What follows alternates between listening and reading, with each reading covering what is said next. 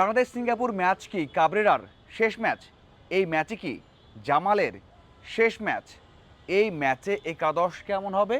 এই ম্যাচে বাংলাদেশ কেমন করতে পারে, কেমন অ্যাপ্রোচে খেলবে, সেই সব নিয়েই কথা বলতে চাই। প্রথমেই শুরু করতে চাই জামাল অথবা কাবরেরার শেষ ম্যাচ কি না।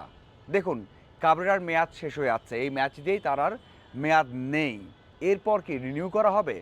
এখন পর্যন্ত যেই বার্তা দেয়া হচ্ছে তাতে আপনি হতাশ হতে পারেন, কারণ নতুন কোনো কোচ খোঁজা হচ্ছে না, কোচ নিয়ে আলোচনা নেই। তার মানে বাহুবে হয়তোবা চিন্তা করছে আরও কিছুদিন তার মেয়াদটা বাড়ানোর। এমনটা কি ঠিক হবে? যেই দলটাকে সামনে নিতে হবে, একটা প্লেয়িং স্টাইল তৈরি করতে হবে বা ফরমেশন তৈরি করতে হবে, সেই কাজটা কি কাবরেরা পেরেছেন? এই দীর্ঘদিন যে কোচিং করিয়েছেন, সেখানে আপনি বলতে পারবেন যে কাবরেরার প্লেয়িং স্টাইলটা কি, কোন ফরমেশনে খেলান? অথবা দলটা যে এত ভালো হয়েছে, যেখানে এত বড় বড় স্টার এসেছে, তাদের নিয়ে কোন দিকে নিয়ে যাবেন এই কোচ? কোন ফরমেশনে খেলাবেন?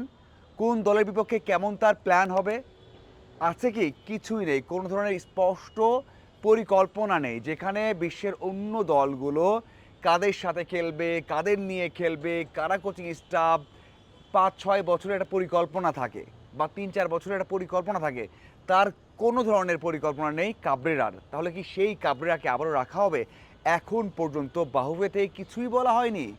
মানে যেই কাবরেরা নিজের দোষ ঢাকার জন্য অন্যদের ব্যবহার করেন, যেই কাবরেরা কোনো সময় ব্যর্থ হলে অন্যদের ব্যবহার করেন অথবা অন্যদের উপর চাপিয়ে দেন, সেই কাবরেরাকে কি আবারও রাখা হবে? এর থেকে আনফরচুনেট আর কিছুই হবে না। যদি এমনটা হয়, যদি হতেই পারে যে বাহুবে তাকে রাখবে, যদি রাখে তাহলে জামালকে বাদ দিয়ে দেন ভাই। কারণ জামাল ভুঁইয়া গেল একটা বছর যেভাবে দলে ছিলেন তাতে না থাকাই ভালো। আমি এর আগে অনেকবার বলেছি জামাল ভুঁইয়াকে কোনো একটা ম্যাচের সময় তাকে ক্যাপ্টেন্সির জন্য প্রেস কনফারেন্সে আসতে হয়। প্রত্যেকটা প্রেস কনফারেন্সে তাকে উত্তর দিতে হয় যে দলে থাকবেন কি থাকবেন না, এবং তিনি মন খারাপ করে প্রত্যেকবার বলেন যে আমি জানি না, বিষয়টা কোচ জানেন।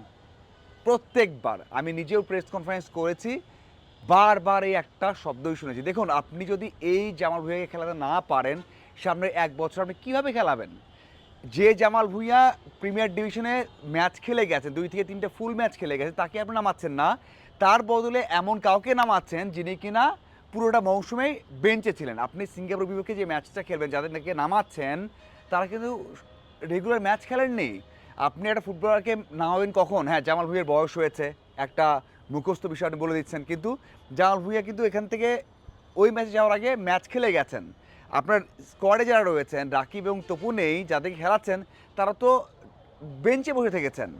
জামালের পারফরমেন্স ঠিক আছে, সবশেষ যে উইন্ডো ছিল সেখানে ভালো করেছেন, ম্যাচ খেলেছেন, তারপর আপনি জামালকে খেলাচ্ছেন না, কারণ কাবরেরা খেলাবে না, কাবরেরা পছন্দ না।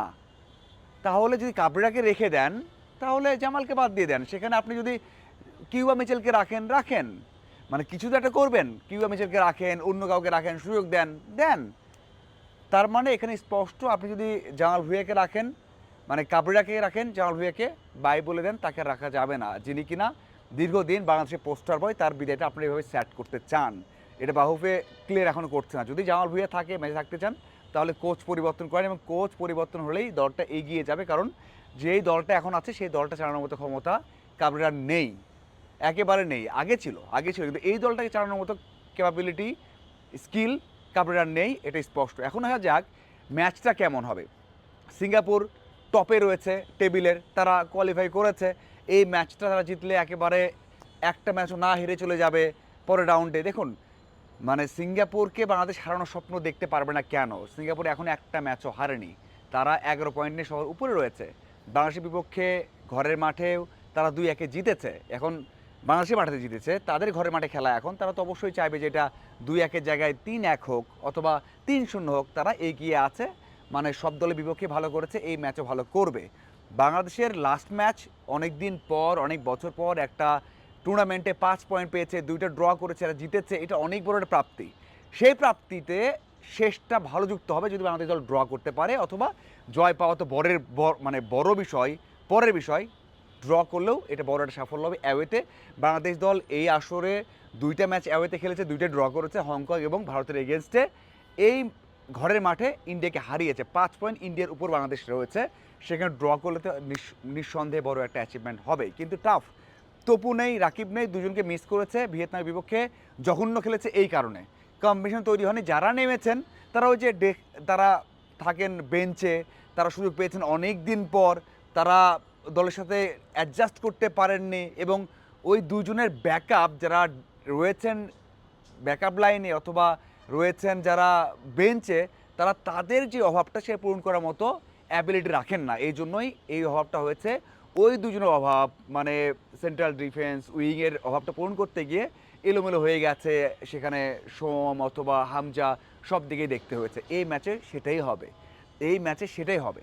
তবে ডিফেন্সিভ খেলে যদি একটু ব্লক করে কাউন্টার আগে খেলে ম্যাচটা ড্র করা যায় 0-0 বা 1-1, তাহলে ভালো হবে। এখন কাবরেরা কোন প্লেয়িং স্টাইলে যাবে সেটা বড় বিষয়, কারণ তার কোনো প্লেয়িং স্টাইল নিয়ে আপনি কখনোই ভরসা রাখতে পারবেন না। এই ম্যাচে অবশ্যই হামজা, সেখানে সোম অথবা জায়ানকে বড় দায়িত্ব রাখতে হবে, সাথে গোলকিপার ভাই শ্রাবণ নাকি মিতুল মার্মা, এটা অনেক বড় একটা ডিসিশন, কারণ শ্রাবণও যে খুব বেশি ভালো করেছেন তেমনটা নয়, মিতুল মার্মা তো একের পর এক ভুল করে গেছেন, জিকো সেখানে নেই, সেই দিক থেকে অবশ্যই বড় একটা পরীক্ষা দিতে হবে অ্যাওয়ে ম্যাচে, যদিও সেখানে বাংলাদেশের অনেক সমর্থক থাকবে। আমার মনে হয় এই বিষয়গুলো মাথায় রাখতে হবে, এবং সিঙ্গাপুর আনডাউটেডলি অনেকটাই এগিয়ে থাকছে। এই যে আসরটা শেষ হবে ভালোভাবেই শেষ হোক সেই প্রত্যাশা আমরা করতে পারি, এবং এই আসর শেষে কাবরেরা শেষ হবে নাকি জামালের শেষ হবে সেটা জানা যাবে। এবং আপনার কি মনে হয়, আপনি কি চান, অবশ্যই জানাবেন। ধন্যবাদ সবাইকে।